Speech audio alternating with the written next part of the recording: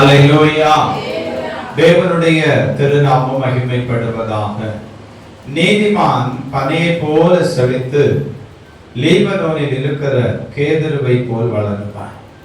நீதிமான் என்கிறதான பனைமரம் என்னும் தலைப்பிலே தான் கடந்த வாரத்திலிருந்து நாம் இந்த செய்தியை தியானித்துக் கொண்டிருக்கிறோம்.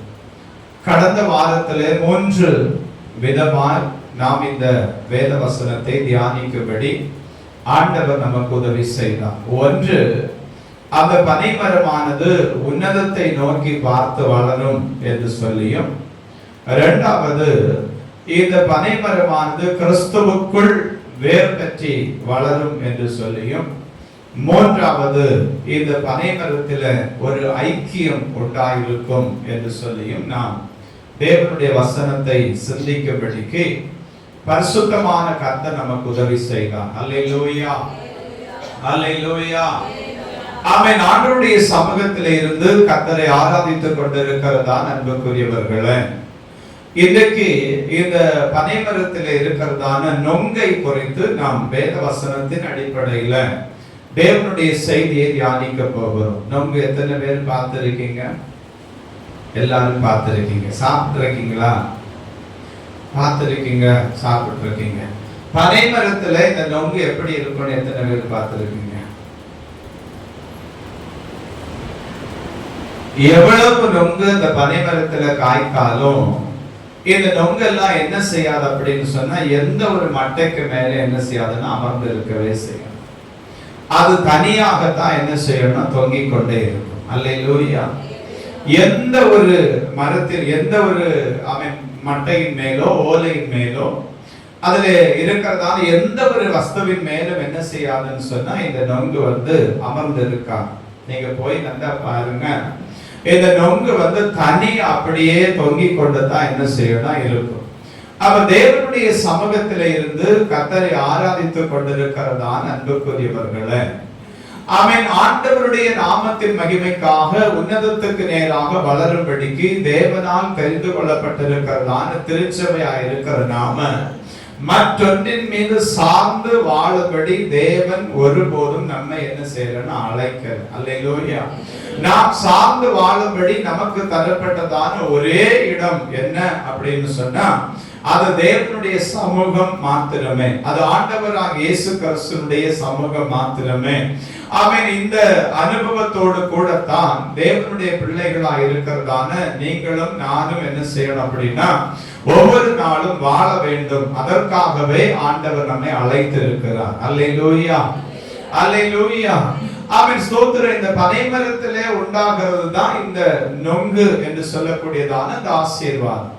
ஆனால் இந்த பனைமரத்திலே அது உண்டாயிருந்தாலும் அது காய்த்து தன்னுடைய பலனை கொடுக்கிற போது பனைமரத்தில் இருக்கிறதான வேற எந்த ஒரு உபகரணத்தையும் அது சார்ந்து கொள்ளாதபடி தன்னை தானே தனிமைப்படுத்தி நின்று கொண்டிருக்கிறதான ஒரு அனுபவத்தை நீங்கள் இந்த நொங்கு என்கிறதான இந்த குலையில நீங்க பார்க்க முடியும்.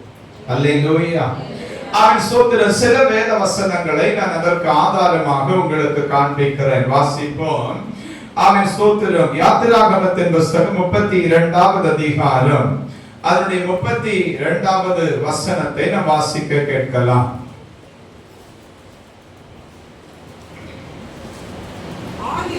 ஆகிலும் தேவரீர் அவர்கள் பாவத்தை மன்னித்தருளுவீரானால், மன்னித்தருளும், இல்லாவிட்டால் நீர் எழுதின உம்முடைய ஜீவ புஸ்தகத்திலிருந்து என் பெயரை கிறுக்கி போடும். மூன்றாவது, நாம் கடந்த நாளில் சிந்தித்தோம், தேவ பிள்ளைகள் ஐக்கியமாய் இருக்க வேண்டும். இன்றைக்கு தேவ பிள்ளைகளுக்கு என்ன இருக்கணும் அப்படின்னா அர்ப்பணிப்பு இருக்கணும். அல்லேலூயா. இந்த நொங்கு என்பது அர்ப்பணிப்பை குறைக்கிறது. அர்ப்பணிப்பை குறைக்கிறது. அதாவது நான் எல்லா சூழ்நிலையிலும் என்ன செய்து கொள்ளுவேன் அப்படின்னு சொன்னா, என்னை நானே தேவனுடைய நாமத்தின் மகிமைக்காக நிறுத்திக் கொள்ளுவேன். என்கிறதான ஒரு அர்ப்பணிப்புள்ளதான ஒரு உபகரணமாய் இருக்கிறதான பொருள் தான் இந்த நொங்கு. அதே போல பரிசுத்தவானா இருக்கிறதான மோசேயை குறித்து நம்ம வாசிக்கிற போது இந்த தேவ மனுஷன் தேவனுடைய ஜனத்துக்காக அர்ப்பணிக்கப்பட்டிருக்கிறதை நம்ம என்ன செய்ய முடியும் அப்படின்னா இங்கே வாசித்து அறிந்து கொள்ள முடியும். இஸ்ரவேல் ஜனத்துக்கு நேராக தேவனுடைய கோபம் வருகிறது. அதற்கு காரணம் இஸ்ரவேல் ஜனங்கள் ஆண்டவருக்கு விரோதமான பாவம் செய்தார்கள். பாவம் செய்தவுடனே ஆண்டவராகிய இயேசு கிறிஸ்து இஸ்ரவேல் ஜனங்களை பார்த்து அவன் கோபம் கொண்டு அவர்களை அழிக்க போகிறேன் அப்படிங்கிறதான ஒரு செய்தியை மோசே என்கிறதான தேவனுடைய ஊழியக்காரனுக்கு அதை தெரியப்படுத்தினார். தெரியப்படுத்தின உடனே இந்த தேவ மனுஷனாய் இருக்கிறதான மோசே ஆண்டவருடைய சமூகத்தில் நின்று ஒரு விண்ணப்பத்தை ஏறெடுக்கிறார். என்ன விண்ணப்பம் அப்படின்னு சொன்னா, அவன் ஸ்தோத்திரம் தேவனுடைய நாமத்தின் மகிமைக்காக இந்த தேவ மனுஷன் ஏறெடுக்கிறதான விண்ணப்பத்தினுடைய ஆழங்கள் மிகவும் பெரிது. அன்புக்குரியவர்களே, இந்த மனுஷன் விண்ணப்பிக்கிறதான விண்ணப்பத்தை நன்றாக கவனிச்சீங்கன்னா அவர் சொல்றாரு, என் பெயரை ஜீவ புஸ்தகத்துல நீர் கரைக்கு போடு. அல்லேலூயா. என் பெயரை ஜீவ புஸ்தகத்திலிருந்து நீர் கரைக்கு போடு. நன்றாய் கவனிக்கணும். ஆண்டவர் பழைய ஏற்பாட்டு காலத்திலே இஸ்ரவேலுக்கு வாக்கு பண்ணினது அவன் ஸ்தோத்திரம் கானான் என்கிறதான ஒரு சுதந்திர பூமி. கானான் என்கிறதான சுதந்திர பூமி. இன்றைக்கு தேவன் தம்முடைய ஜனமாகிய நமக்கு வாக்கு பண்ணி இருக்கிறது பரலோகம் என்கிறதான ஒரு தேவ ராஜ்யம். அது கைவேலை இல்லாதபடிக்கு கட்டப்படுகிறதான ஒரு தேவ ராஜ்யம். அந்த தேவ ராஜ்யம் சீக்கிரமாகவே இந்த பூமிக்கு என்ன செய்ய போகிறது அப்படின்னு சொன்னா இறங்கி வரப்போகிறது.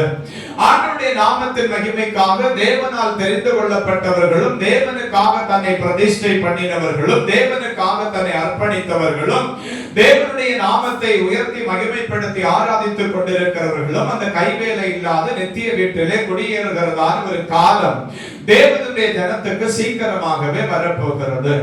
ஆனால் அவன் இந்த மோசே என்கிறதான தேவ மனுஷனை குறித்து நீங்கள் வாசித்தால் அவன் ஸ்தோத்திரம் ஆண்டவருடைய நாமத்தின் மகிமைக்காக ஜீவ புஸ்தகத்திலிருந்து என் பெயரை கருக்கி போட வேண்டுமானாலும் நீங்க கருக்கி போட்டுடுங்க.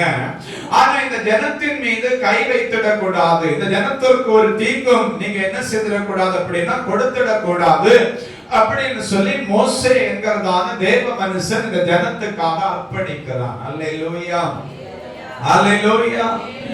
அவன் ஸ்தோத்திரம் தேவனுடைய சமூகத்தில் இருந்து கர்த்தரை ஆராதித்துக் கொண்டிருக்கிறதான அன்புக்குரியவர்களே, இந்த நீதிமான் என்கிறதான பனைமரத்துக்கு என்ன இருக்கணும் அப்படின்னு சொன்னா ஒரு அர்ப்பணிப்பு இருக்கணும். ஒரு அர்ப்பணிப்பு இருக்கணும். ஆண்டவருடைய நாமம் மகிமைப்படுவதாக. கிறிஸ்துவை ஆராதித்துக் கொண்டிருக்கிறதான தேவனுடைய ஜனங்களுக்கு ஊழியக்காரர்களுக்கு ஒரு அர்ப்பணிப்பு கட்டாயம் என்ன செய்யணும்னா இருக்கணும். எதற்காக இந்த அர்ப்பணிப்பு வேணும் அப்படின்னு சொன்னா அவன் ஸ்தோத்திரம் ஒரு கூட்டம் ஆத்துமாக்கள் தேவனுடைய ராஜ்யத்துக்கு தேவனுடைய நாமத்தின் மகிமைக்காக அவன் ஸ்தோத்திரம் கூட்டி சேர்க்கப்படும்படியான ஒரு அர்ப்பணிப்பு தேவனுடைய ஜனத்துக்குள்ள என்ன செய்யணும்னா இருக்கணும். மோசேக்குள்ள அந்த அர்ப்பணிப்பு இருந்தபடினால தான் மோசே தேவனுடைய சமூகத்தை நோக்கி மன்றாடுகிறார். ஆண்டவரே, அவன் எகிப்திலிருந்து புறப்பட பண்ணினதான இந்த ஜனங்களை நீங்க என்ன செய்யக்கூடாதுன்னா அழித்து போடக்கூடாது. இந்த ஜனங்களுக்கு நீங்க வாக்கு பண்ணினபடியே இவர்களை நித்திய கானானுக்குள்ளே கொண்டு சேர்க்க வேண்டும். அதற்கு தடையாய் நீங்கள் கோபம் கொள்வீர்களே ஆனால், ஆண்டவரே நீர் கோபம் கொள்வீரே ஆனால் என்னுடைய பெயரை என்ன செய்யணும்னு சொன்னா ஜீவ புஸ்தகத்திலிருந்து கருக்கி போட்டுடும். ஆமா, நான் இருக்கிறது வரைக்கும் இந்த ஜனத்துக்கு என்ன செய்யக்கூடாதுன்னா ஒரு தீங்கும் செய்யக்கூடாது. அல்லேலூயா, அல்லேலூயா. அந்த அர்ப்பணிப்பு ஆண்டவருடைய சமூகத்தில் இருந்து கர்த்தரை ஆராதித்துக் கொண்டிருக்கிறதான தேவ பிள்ளைகளாக இருக்கிறதான நமக்கு கட்டாயம் தேவையாக இருக்கிறது. நமக்கு கட்டாயம் தேவையா இருக்கிறது. பாருங்க, இந்த பனைமரத்திலே சார்ந்து வாழ்கிறதான ஒரு ஜீவன் தானே அந்த நுங்கு. ஆனா அது என்ன செய்யல அப்படின்னு சொன்னா மட்டை மேலேயோ ஓலை மேலே இறகு மேலே ஒண்ணுலேயுமே அமர்ந்து கொள்ளாம அது தன்னை தனிமைப்படுத்தி தொங்கிக் கொண்டே இருக்குது. தன்னை தனிமைப்படுத்தி தொங்கிக் கொண்டே இருக்குது. யாரு எப்படி போனாலும் அவன் ஸ்தோத்திரம் தேவனுடைய நாமத்தின் மகிமைக்காக தெரிந்து கொள்ளப்பட்டிருக்கிறதான தேவனுடைய ஜனத்தை எந்த இடத்திலையும் தனியா என்ன செய்ய முடியும்னா பார்க்க முடியும். அல்லேலூயா. அதுதான் அர்ப்பணிப்பு. அல்லேலூயா. ஊர் ஓடுகிற போது அவர்களோடு கூட ஓடுகிறதற்கு பேர் அல்ல.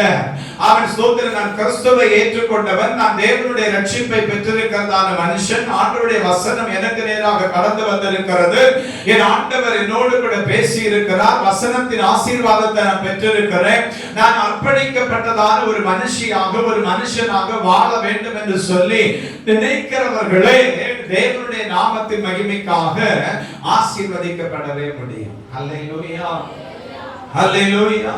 மோசேக்குள்ளே மாத்திரமல்ல, இயேசுவுக்குள்ளும் அந்த அர்ப்பணிப்பு இருந்துச்சு, ஸ்தேவான் அப்போஸ்தலனுக்குள்ளும் அந்த அர்ப்பணிப்பு இருந்துச்சு. வாசிக்கலாமா?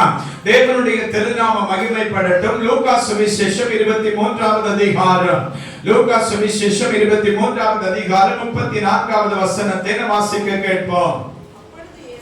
அப்பொழுது இயேசு, பிதாவே, இவர்களுக்கு மன்னியும், தாங்கள் செய்கிறது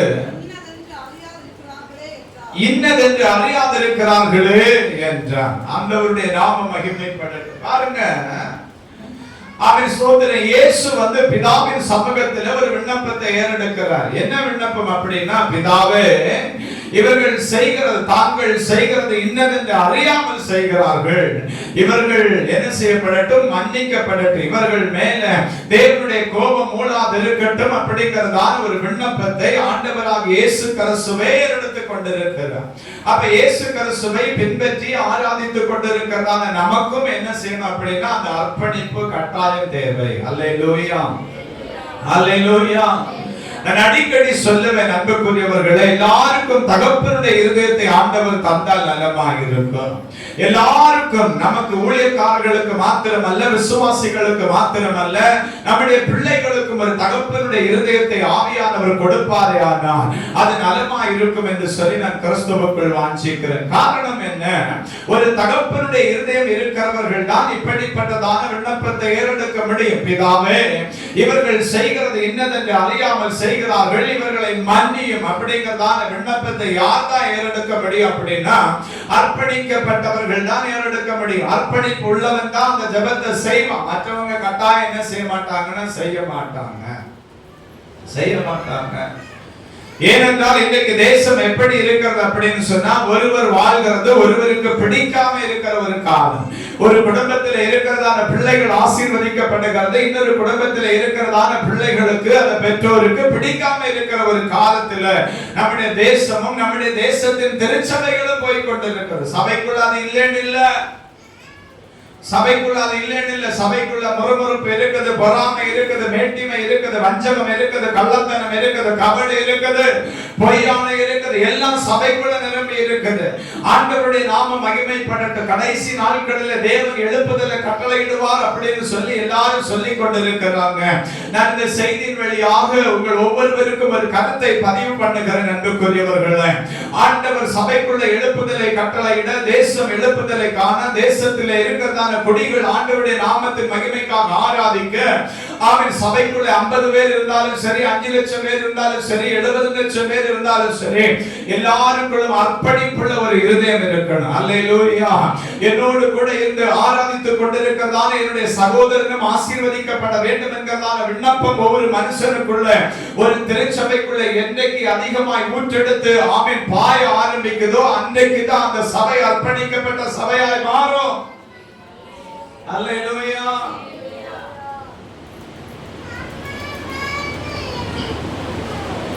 தேவன் மகிமைப்படுவாராக. கிறிஸ்துவின் சன்னிதானத்தில் இருந்து கர்த்தரை ஆராதித்துக் கொண்டிருக்கிறதான அன்பானவர்களே, தேவனுடைய திருநாமத்தின் மகிமைக்காக நான் உங்களோடு கூட பேசுவேன்.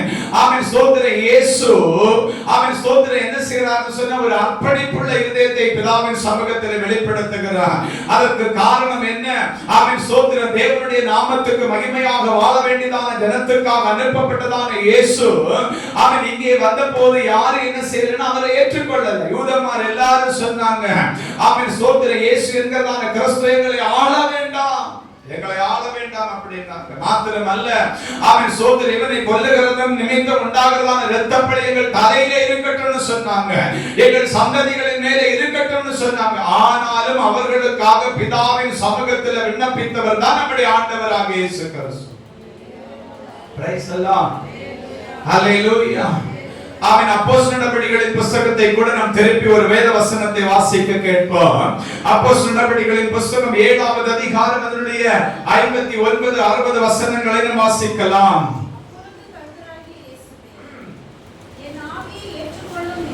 என் ஆவியை ஏற்றுக்கொள்ளும் என்று ஸ்தேவான் தொழுது கொள்ளுகையில் அவனை கல்லறிந்தார்கள்.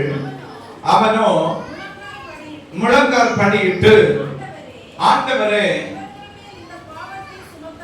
இவர்கள் மேல் இந்த பாவத்தை சுமத்தாதிரும் என்று மிகுந்த சத்தமிட்டு சொன்னான். அல்லேலூயா. தேவனுடைய நாமம் மகிமைப்படுவதாக. ஸ்தேவான் அப்போஸ்தலனை எல்லாரும் சேர்ந்து என்ன செய்றாங்கன்னா கல்லறைந்து போடுகிறாங்க. எல்லாரும் சேர்ந்து கல்லறைகிறாங்க. இந்த ஸ்தேவான் அப்போஸ்தலன் கல்லறையப்படுகிறதான அந்த நேரத்தில் முழங்கால் படியிட்டு ஆண்டவருடைய சமூகத்தில் விண்ணப்பிக்கிறார். அந்த அர்ப்பணிப்பு தேவனுடைய சபைக்கு அது கட்டாயம் என்ன செய்யணும்னா இருக்கணும். அவன் யாருக்கு வந்ததுக்கு யார் என்ன செய்கிறது அப்படிங்கிறதான எண்ணத்தோடு வாழ்ந்தா நம்முடைய சபை அல்ல. அவன் எந்த ஒரு ஆவிக்குரிய சபையில என்ன செய்யாதுன்னா ஒரு ஆசீர்வாதம் வராது. அல்லேலூயா, அல்லேலூயா.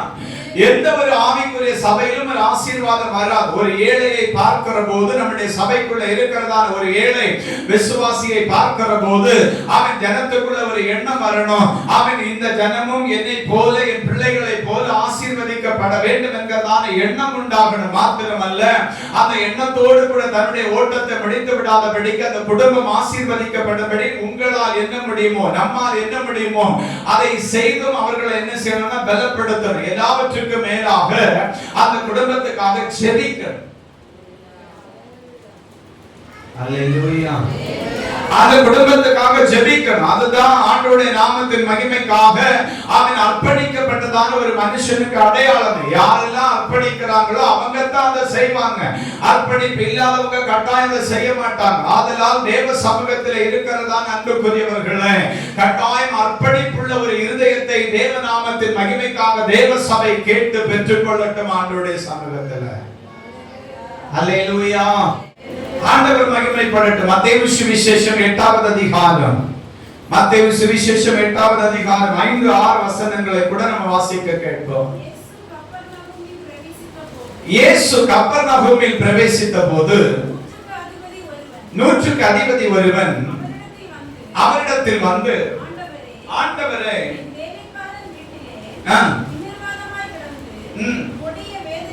கொடிய வேதனைப்படுகிறான் என்று அவரை வேண்டிக் கொண்டான். அதற்கு இயேசு, நான் வந்து அவனை சொஸ்தமாக்குவேன் என்றார். நூற்றுக்கு அதிபதி பிரதியுத்தரமாக, ஆண்டவரே, நீர் என் வீட்டுக்குள் பிரவேசிக்க நான் பாத்திரன் அல்ல. ஒரு வார்த்தை மாத்திரம் சொல்லும், அப்பொழுது என் வேலைக்காரன் சொஸ்தமாவான். பாருங்க, நூற்றுக்கு அதிபதியினுடைய இருதயத்தை பாருங்க. அவன் ஒரு மனுஷனை வந்து வான்னு சொன்னா வருவான், போன்னு சொன்னா போவான். அவ்வளவு தூரம் அதிகாரம் படைத்ததான ஒரு மனுஷன் தான் இந்த நூற்றுக்கு அதிபதி. இந்த நூற்றுக்கு அதிபதி ஆண்டவராக இயேசுவிடத்தில் வந்து சொல்லுகிற, ஆண்டவரே, நீர் என் வீட்டுக்கு வருகிறதற்கு நான் எண்ணளவும் பாத்திரன் அல்ல.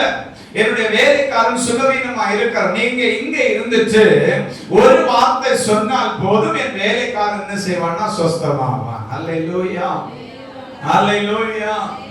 ஆமென். சோதரம். அந்த அர்ப்பணிப்பு தேவனுடைய சபைக்கு கட்டாயம் இருக்கணும். அர்ப்பணிக்கப்பட்டதுதான் ருசி உள்ளதா மாறும். பாருங்க,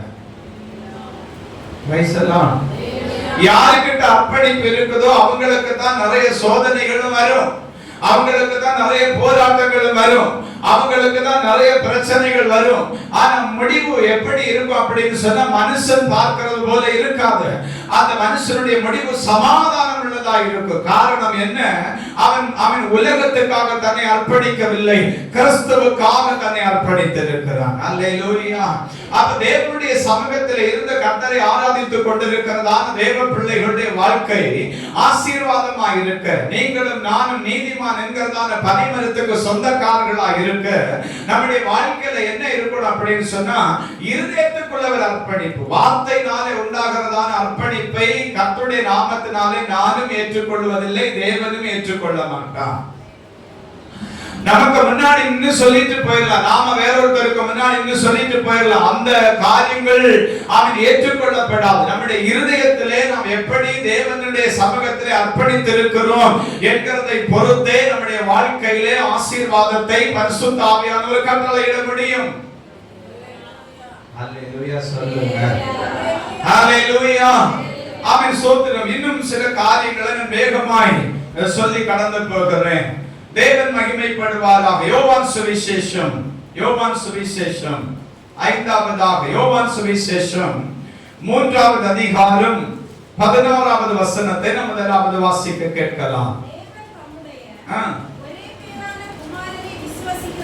தேவன் தம்முடைய ஒரே பேரான குமாரனை விசுவாசிக்கிறவன் எவனோ அவன் கெட்டு போகாமல் நித்திய ஜீவனை அடையும்படிக்கு அவரை தந்தருளி இவ்விதமாய் உலகத்தில் அன்பு கூர்ந்தார். அல்லேலூயா, அல்லேலூயா. அடுத்ததாக இந்த பனைமரத்துல என்ன எடுப்பாங்க அப்படின்னா பதநீர் எடுப்பாங்க. பனம் பூ, அதுக்கு என்ன சொல்லுவாங்க? பூ என்ன சொல்லுவாங்க?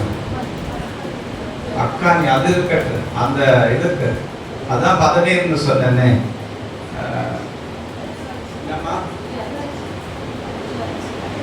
பனம் பூன்னே நான் சொல்றேன், சரியா? இந்த சீக்கிரத்துக்கு தானே நீளமா கண்டுமான விருப்பம் இல்ல. கருவாச்சியா?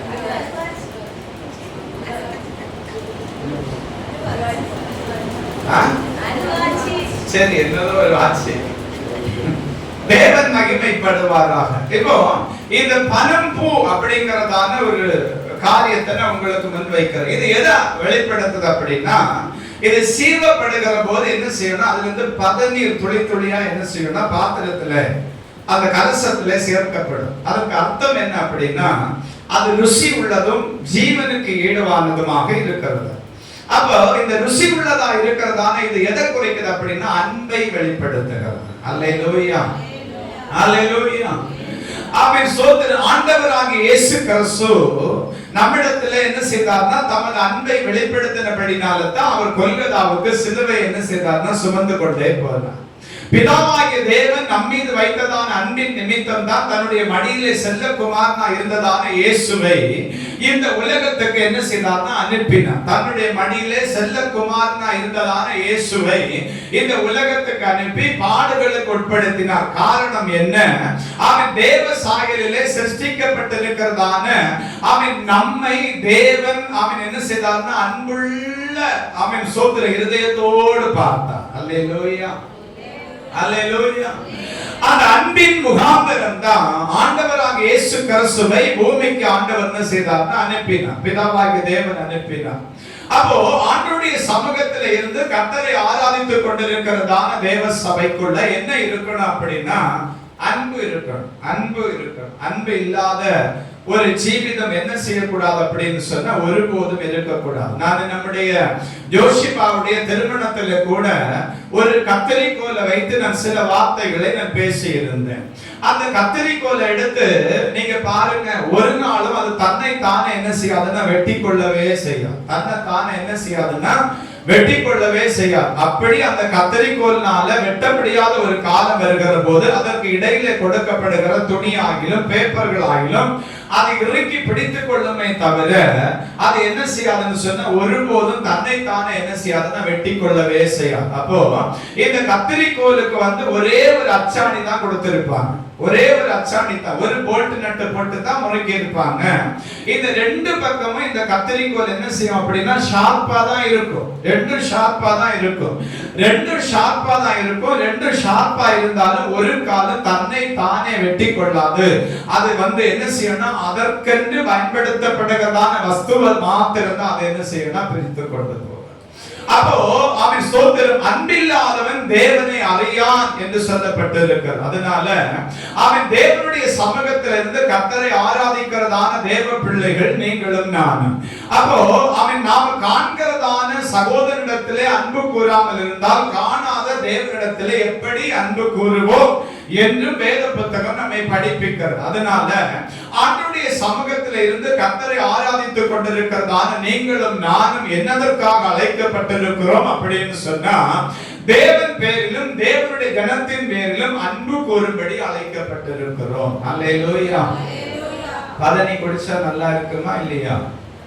அல்லேலூயா.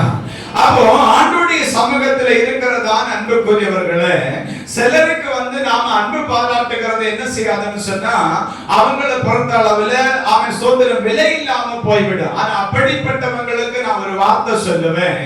இன்னைக்கு ஓடி ஓடி ஓடி ஓடி நம்மை நேசித்து நமக்கு அன்பு பாராட்டி நமக்கு ஆறுதலும் பக்கபலவுமா இருந்து நமக்கு உதவி செய்து கொண்டிருக்கிறதான ஜனத்தை நாம புறம்பே தள்ளினா, நாம அன்புக்கு ஏங்கி காத்து கிடக்கிற ஒரு காலம் கட்டாயம் வரும்.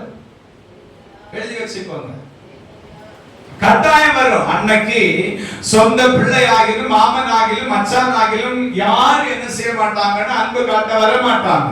அதனால கிடைக்கிற இந்த காலத்திலே நம்மை நேசிக்கிறவர்களுக்காக நாம கட்டாயம் என்ன செய்யணும்னா நேரம் கொடுக்கணும். அது அவன் சோதர சிலருக்கு நம்ம எவ்வளவு நேசித்தாலும் என்ன செய்யாதுன்னா அவங்களுக்கு அது தெரியவே செய்யாது. அவங்களுக்கு அது தெரியவே செய்யாது. அந்த ஆளுகள் எப்படிப்பட்டவங்க அப்படின்னு நான் சுருக்க சொல்லுவேன்னு சொன்னா, நாய்க்குட்டி கையில ஒரு தேங்காய் பழம் கிடைச்சது மாதிரி.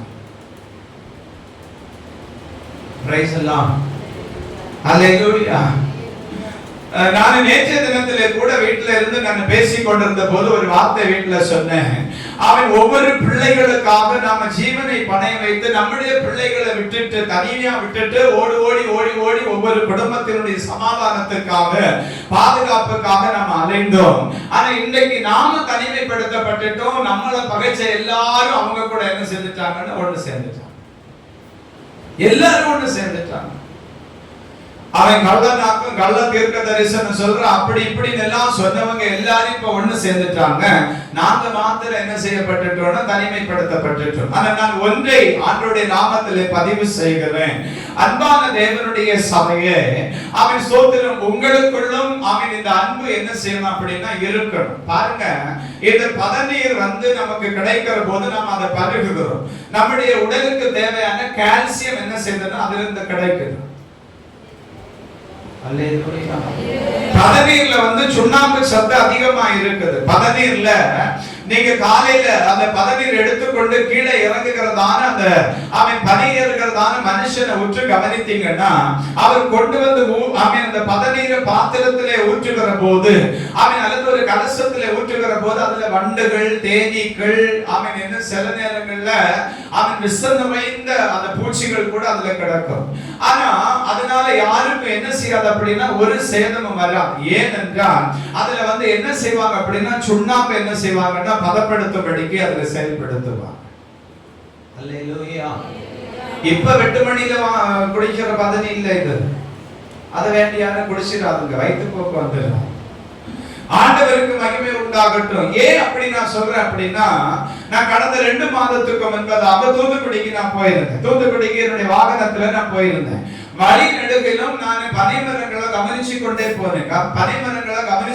போனேன். எந்த பனையிலையும் நொங்கல்ல, எந்த பனையிலையும் பூக்கல. ஆனா அவன் சோத்திரம் 8 மணியில மாத்திரம் எண்ணெய்க்கு பதநீர் இருக்குது. எனக்கு இது ஒரு கேள்வியாட்டே இருக்கு. புரியுது? அப்ப இது எங்க இருந்து வந்துச்சு? அல்லேலூயா. வருஷ கட்டி நின்று நம்முடைய ஜனங்க என்ன செய்வாங்க அப்படின்னு சொன்னா வாங்கி அதை பருகுகிறாங்க. அன்புக்குரியவர்களே, பதநீர் இல்லாத காலத்துல பதநீர் வருது. ஒரு பனைமரமும் பூக்கல. சபைக்குள்ள ஒருத்தருக்குள்ள மாறி மாறி அன்பு இல்ல. ஆனா பதநீர் வருது. அன்பு இருக்கிறது போல ஒரு மாய தோற்றம் நமக்குள்ள என்ன செய்யுதுன்னா உருவாகுது.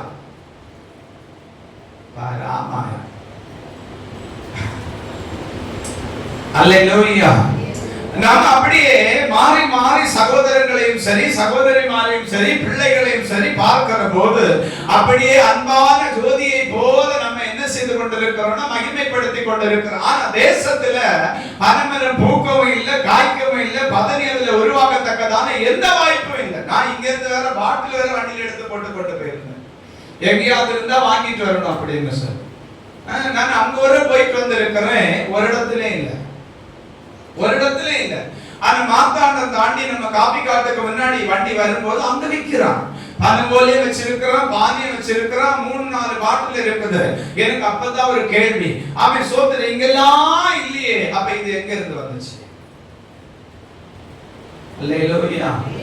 இதுதான் இந்த மாயமான அன்பு. இந்த மாயமான அன்பு வெளிப்படையா நான் சொல்லுவேன்னு சொன்னா, நேசிக்கிறவங்க கட்டாயம் என்ன செய்வாங்கன்னா கடிந்து கொள்ளுவாங்க.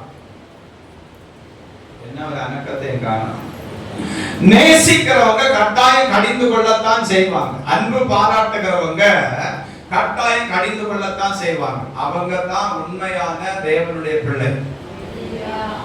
அல்லேலூயா. அவ கடிந்து கொள்ளாத நாங்க எல்லாம் அன்பு பாராட்டலையா அப்படின்னு சொல்லி கேள்வி கேட்டா நான் சொல்லுவேன் இல்ல அப்படின்னே சொல்றேன். ஏன் அப்படி சொல்றேன் அப்படின்னா, அவன் சோதனை நீங்க கடிந்து கொள்ளாம அவர்களிடத்தில் அன்பு பாராட்டுகிறது நிமித்தம் அவர்கள் செய்கிறதான தப்பிதத்துக்கு நீங்களும் உடந்தையாய் போகிறீங்க. அல்லேலூயா. அல்லேலூயா. அன்பா இருக்கிறவன் ஏற்கனவே தன் பிள்ளையை என்ன செய்துட்டானா கடிந்து கொண்டுட்டான். அப்ப தேவனுடைய சமூகத்துல இருந்து கர்த்தரை ஆராதிக்கிறதான நீங்களும் நானும் எப்படி இருக்கணும் அப்படின்னா, எப்பவுமே அன்பு பாராட்டுகிற இருதயமா இருக்கணும். அதாவது மாமி மருமகள்கிட்ட மக்களே அப்படின்னு சொல்லி கூப்பிட்டுட்டு அடுத்த வீட்டுக்காரிட்ட போய் நானும் எனக்கு மோனுக்கு ஒண்ணு கட்டிட்டு வந்தேனே அப்படின்னு சொல்லப்படாது. அந்த வாயெல்லாம் தச்சு கட்டிடணும், அந்த வாயிலெல்லாம் அப்பம் ரசமும் ஊத்த முடியாது. புரியுதா உங்களுக்கு? அதுல எல்லாம் ஊத்த ஒண்ணும் முடியாது. வேண்டாம் கொஞ்சம் சுண்ணாம்பு வாரி போடுறேன், இனியாவது சுத்திகரிப்பு உண்டாகுமான்னு பார்ப்போம். அவன் சோதனை உண்மையாய் நேசிக்கணும், உண்மையாய் நேசிக்கணும். அதாவது பிள்ளைகளிடத்திலே பிள்ளைகளை பார்க்கும்போது எனக்கு மோனாக்கா அப்படின்னு சொல்லுவாங்க. நம்ம அப்புறம் போன உடனே ஒரு தரதலையை நான் வளர்த்தேன், அது என்ன பேச்சு கேட்காம போயிடுச்சு, நாசமா போட்டுன்னு நான் காத்துட்டு இருக்கிறேன்னு சொல்ற அப்பமா இருந்து நம்ம பிள்ளைங்க இங்கதான் இருக்காங்க, வேற ஒண்ணும் இல்லை. எப்போ அவன் அழிஞ்சு போவான் நான் பார்க்கணும் அப்படின்னு சொல்லி காத்திருந்தவங்க, அவன் சோதனை காத்திருந்தவங்க மாத்திரம் இல்ல, பிள்ளைகளிடத்திலேயே நீ நல்லாக மாட்டேன்னு சொன்ன பெற்றோர் உண்டு.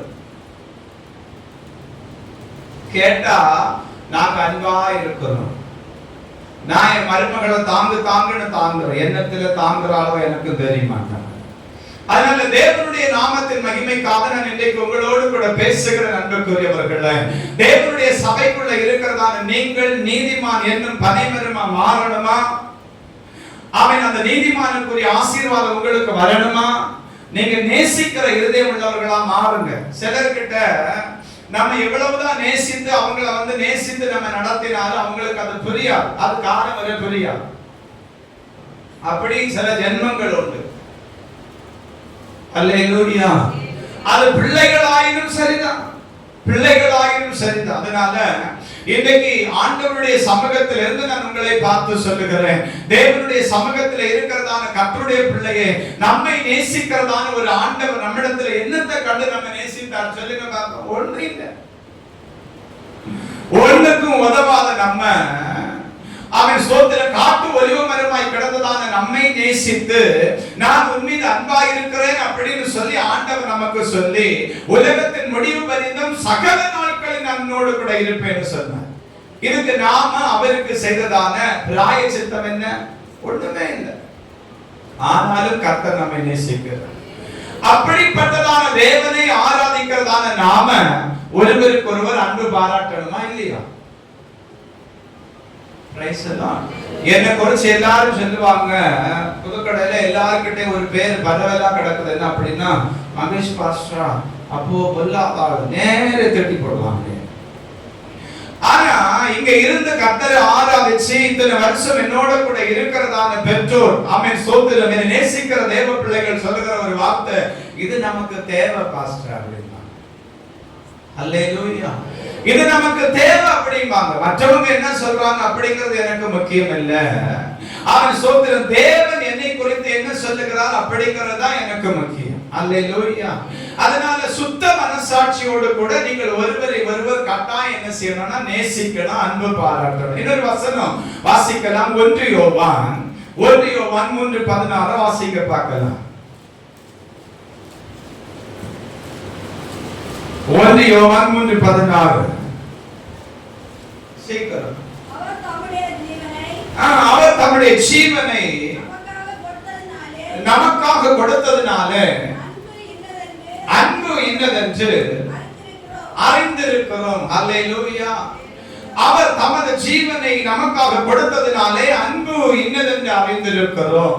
ஆண்டவருடைய சமூகத்தில் இருந்து கர்த்தரை ஆராதிக்கிற தேவ பிள்ளையே, அப்ப நாம என்ன செய்யணும் அப்படின்னா, இயேசு தம்முடைய ஜீவனை நமக்கு தந்து அவன் அன்பு இன்னதென்று சொல்லி நமக்கு அறிவித்திருக்கிறபடினால அவரை ஆராதிக்கிறதான நாமும் கட்டாயம் அன்பு கூறுகிறதான மக்களாகவே இருக்கணும். கடிந்து கொள்ளக்கூடாதுன்னு நான் ஒரு காலம் சொல்ல மாட்டேன்.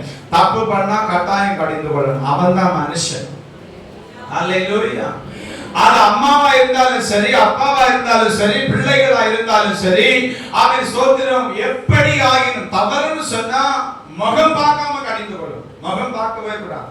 நான் நேசிக்கிற பிள்ளை ஆயிட்டு அப்படின்னு சொல்லாதுங்க. கட்டாயம் நீ செய்தது சரியில்லை அப்படின்னு சொல்லி கொடுக்கணும். அவனுக்கு சொல்லி கொடுத்து இந்த நிமித்தம் தேவநாமம் தூஷிக்கப்படும், ஆதலால் ஆண்டவருடைய நாமத்தின் மகிமைக்காக கட்டாயமாக நீ நல் மனசாட்சி உள்ளவளாக வாழணும் அப்படின்னு சொல்லி கொடுக்கணும். இன்னும் இந்த அன்பை குறித்து வேதம் என்ன சொல்லுது வாசிக்கலாம். கொரிந்தியர் 13வது அதிகாரம் 4, 5, 6, 7, 8 வசனங்களை வாசிக்க கேட்போம்.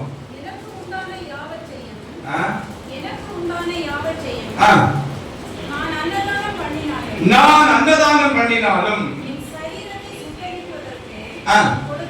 கொடுத்தாலும் அன்பு எனக்கு இராவிட்டால் எனக்கு பிரயோஜனம் ஒன்றுமில்லை. அன்பு நீடிய சாந்தமும் தயவும் உள்ளது. அன்புக்கு பொறாமை இல்லை. அன்பு தன்னை புகழாது. இருமாப்பா இராது. அயோக்கியமானது. பாருங்க, அன்பா இருக்கிற யாரும் அயோக்கியமானதை செய்ய மாட்டீங்களா? அப்ப கர்த்தர் பேர்ல அன்பா இருக்கிற எல்லாரும் என்ன செய்வீங்க அப்படின்னா, அயோக்கியமானதை விட்டு நீதியானதை மாத்திரமே செய்வீர்கள். அல்லேலூயா. தேவன் மகிமைப்படட்டும். சரி வாசிங்க. செய்யாது, தற்பொழிவை நாடாது, சினமடையாது, தீங்கு நினையாது, சத்தியத்தில் சந்தோஷப்படும், சகலத்தையும் தாங்கும், சகலத்தையும் விசுவாசிக்கும், சகலத்தையும் நம்பும், சகலத்தையும் சகிக்கும். அன்பு ஒரு காலம் ஒழியாது. அல்லேலூயா. அல்லேலூயா. ஆமென். தேவனுடைய சமூகத்தில் இருக்கிறதான அன்புக்குரியவர்களே, நாம எல்லாம் அப்ப பதநீர் மாறி இருக்கிறோம், ருசி உள்ளவர்களா இருக்கிறோம். அல்லேலூயா. அதுதான் இனிப்பு நிறைந்தது. அதாவது மோவாபிலிருந்து பெத்லெகேமுக்கு வருகிறதான நகோமி ஒரு வார்த்தை சொல்லும். என்ன நகோமின்னு சொல்லாதுங்க, மாறாள் அப்படின்னு சொல்லுங்க. ஏனென்றால் சர்வ வல்லவர் எனக்கு மிகுந்த கசப்பை கட்டளையிட்டார் அப்படின்னு சொல்லி. ஆனா நகோமி அப்படிங்கிறதான பெயருக்கு அர்த்தமே அவன் சோதர மதுரம் என்று சொல்லிதான் அர்த்தம். அல்லேலூயா. அப்ப தேவனுடைய ஜெப வீட்டில் இருக்கிறதான நமக்கு என்ன பேர் தான் இருக்கணும்? மதுரம் உள்ளவன், அன்புள்ளவன், அன்புள்ளவள் அப்படிங்கிறதான பேர் தான் இருக்கணும். அந்த பேருக்கு சொந்தக்காரர்களாக நாம வாழுகிற போதுதான் கர்த்தர் நம்ம என்ன செய்ய முடியும்னா ஆசீர்வதிக்கவே முடியும். அல்லேலூயா. ஒரு வசனத்தை கூட வாசித்து நான் இன்னைக்கு பகல் காலையில் நிறைவு செய்கிறேன். ஓசியா தீர்க்க தரிசன புஸ்தகம் 11வது அதிகாரம் 8வது வசனம். ஓசியா 11:8 வாசிக்க கேட்கும். எப்ராயிமே, நான் உன்னை எப்படி கைவிடுவேன்? இஸ்ரவேலே, நான் உன்னை எப்படி ஒப்பு கொடுப்பேன்?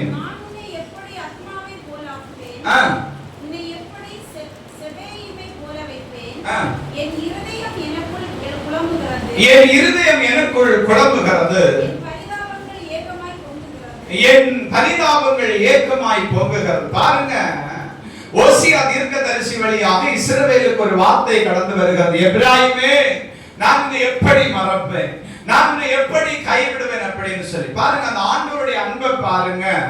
இஸ்ரவேல் ஜனங்கள் தேவனுக்கு விரோதமா பாவம் செய்துட்டாங்க. ஆண்டவருடைய அவன் சன்னிதானத்திலிருந்து விலகிட்டாங்க. ஆனா ஆண்டவருடைய அன்பு நிறைந்த அந்த இருதயத்திலிருந்து ஒரு வார்த்தை வருது. எப்படி நான் உன்னை கைவிடுவேன்?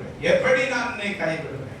எப்படி நான் உன்னை வெறுப்பேன் என்று சொல்லி. இன்றைக்கும் தேவ சமூகத்தில் இருந்து கர்த்தரை ஆராதித்துக் கொண்டிருக்கிற அன்புக்குரியவர்களே, ஆண்டவராக இயேசு கிறிஸ்துவை ஆராதிக்கிறதான நீங்களும் நானும் செய்ய வேண்டியதான ஒரு முக்கிய ஒரு காரியம், நாம் எல்லாரும் தேவனிடத்தில் அன்பு பாராட்டுகிறது போல. இப்ப நிறைய பேரு ஆண்டவரிடத்தில் அன்பு பாராட்டுகிறது உலகத்தின் ஆசீர்வாதங்களுக்காக மட்டும்தான். உண்மைக்கு நான் சாட்சியா சொல்ல முடியும், என்னால உலகத்தின் ஆசீர்வாதங்களுக்காக மட்டும்தான். ஆனா நான் உலகத்தின் ஆசீர்வாதங்கள் உங்களுக்கு வேண்டான்னு இன்றைக்கு நான் சொல்லல. உலகத்தின் சகல ஆசீர்வாதங்களும் வேணும். ஆனால் எல்லாம் ஒரு நாள் விட்டுட்டு தேவன் வருகிற போது அவருடைய வருகையில நாம் சேரத்தக்கதான ஒரு ஆவிக்குரிய ஜீவிதம் நம்மிலே உருவாகிடும். அல்லேலூயா. சிலர் சொல்றாங்க, செத்ததுக்கு பிறகு யார் பாஸ்டர் பார்க்க போகிறா அப்படின்னு சொல்லி. இறந்த வீடுகளில் நீங்க ஒரு நிமிஷம் சிந்திச்சு பாருங்க. நாம் அநேக அடக்க ஆராதனைக்கு போறோம். நமக்கு முன்பதாக இறந்து போனதான அந்த சரீரம், ஆணாகிலும் சரி பெண்ணாகிலும் சரி, படுக்க வைக்கப்பட்டிருக்கிறது. அந்த படுக்க வைக்கப்பட்டிருக்கிற இடத்துல ஒரு நாள் நாம கட்டாயம் இயேசுடைய வருகை தாமதிக்குமே ஆனால் அவன் சொத்து நம்முடைய ஆயுசு காலம் அதுவரையிலும் போகாமல் இருக்குமே ஆனால் நாம படுக்கணும். நமக்கு முன்னாடி மற்றவங்க எல்லாம் நிற்பாங்க. அல்லேலூயா. நிச்சயம் நிச்சயம். அப்படிப்பட்டதான ஒரு நாளில அவன் சோதரன் கட்டாயம் அனுகூலம் என்ன செய்யணும், கடந்து போய்தான் ஆகணும். அதனால ஆண்டவருடைய சமூகத்தில் இருக்கிறதான அன்புக்குரியவர்களே, நீங்கள் வாழ்கிறதான இந்த கொஞ்சம் ஆயுசு நாளில எல்லா இடத்திலும் அன்பு பாராட்டுங்க. அல்லேலூயா.